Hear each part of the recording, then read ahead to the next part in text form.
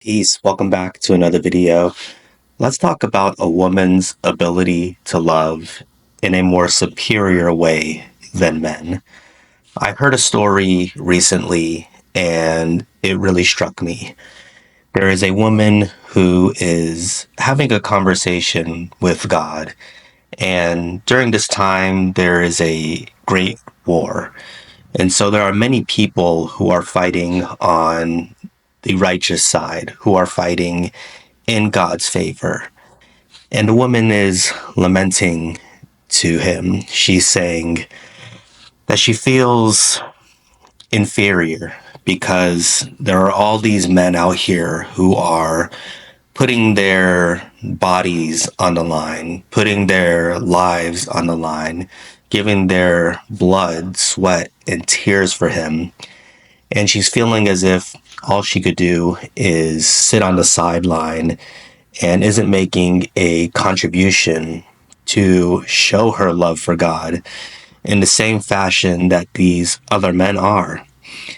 And when he hears this, he looks at her and he begins to communicate to her, and he consoles her by telling her that you shouldn't feel as if you are inferior to any of these men.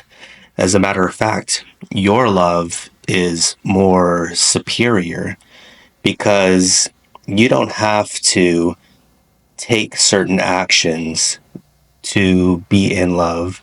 You're able to just follow your heart in this kind of way. And now, by telling this to her, it wasn't just her specifically. He was speaking to a specific strength that many women have. And now, this isn't my case for pandering. This isn't my women are better than men are better than women. It's not any of that. It's a lesson that we can all learn from, and it's a tool that we could all be given if we're willing to allow ourselves to function in this exact same fashion. Because what he's saying is a woman's love doesn't have to be justified in the same manner that a man's does. So many men, it could be spirituality, for example. We won't just dive in head first, right?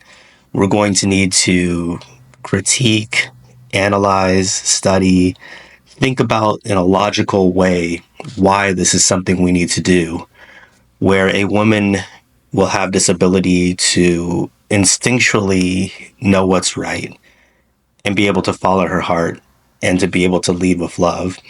I heard this not too long ago with a celebrity, and unfortunately, I don't remember the celebrity's name, but I remember him saying on a late night talk show that it took him a while to fall in love with his son.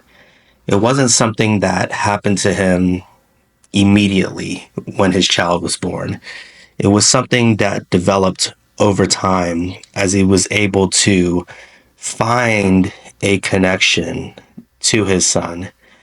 And when I heard that, that struck me as something that I would feel many men could relate to, because we need too often a logical reason to be in love. That's not the type of opinion I would expect to hear a woman have. I would expect, in most cases, that a woman would have this ability, regardless of the fact that she obviously carried this child, because I think it extends beyond that. It's her ability to connect with love without having to justify it by logic. She's able to just follow her heart and go with that emotion. We don't need to prove or have a logical, scientific reason for needing to love. We just need to do it, right? If you tell one of your friends, or if one of your friends is telling you, hey, I met this woman, she's fantastic, I really love her. If that's how you and your homeboys talk, we're not there yet. But if that's how you talk and you tell your friend, hey, I love this woman, the first thing that that person may ask is why? Why do you love her? You love the way she looks. You love her personality. What does she bring to you? And you're thinking, okay, let me justify the reason that I love her. And it's because of X, Y, and Z. But we need to lose this idea of having a justification. The love speaks for itself. The fact that it's there is all that we need to understand. And we don't need to go back and find a justification for it. And it's this reason that God was explaining in that story that women have that superpower of love. And of course, the great news is it doesn't have to be exclusive to them. It's just a matter of trying to make little shifts where we can.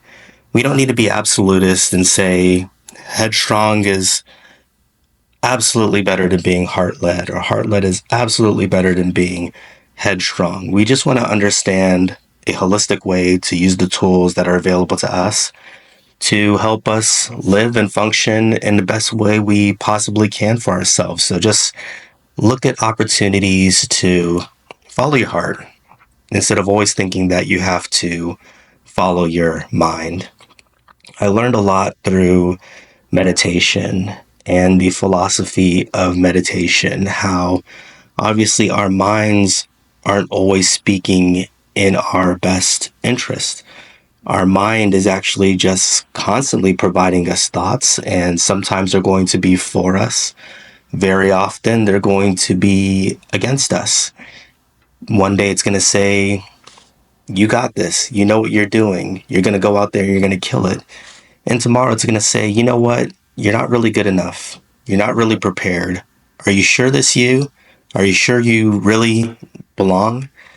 And so if we're always allowing ourselves to listen to this part of who we are, if we're always allowing ourselves to listen to our mind, what happens too often is it talks us out of what our heart may desire, what our heart may want.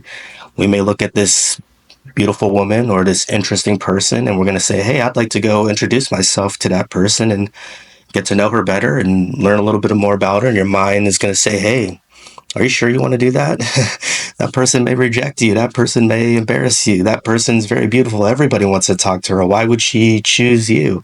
And so it'll talk us out of what our heart wants. And we start getting accustomed to just going with this headstrong approach.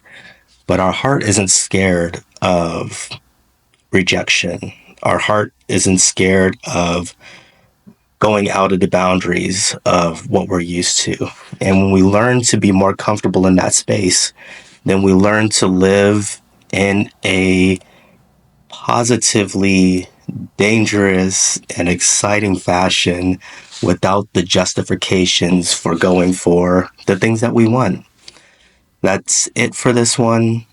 Thank you guys for watching, and I'll talk to you next time.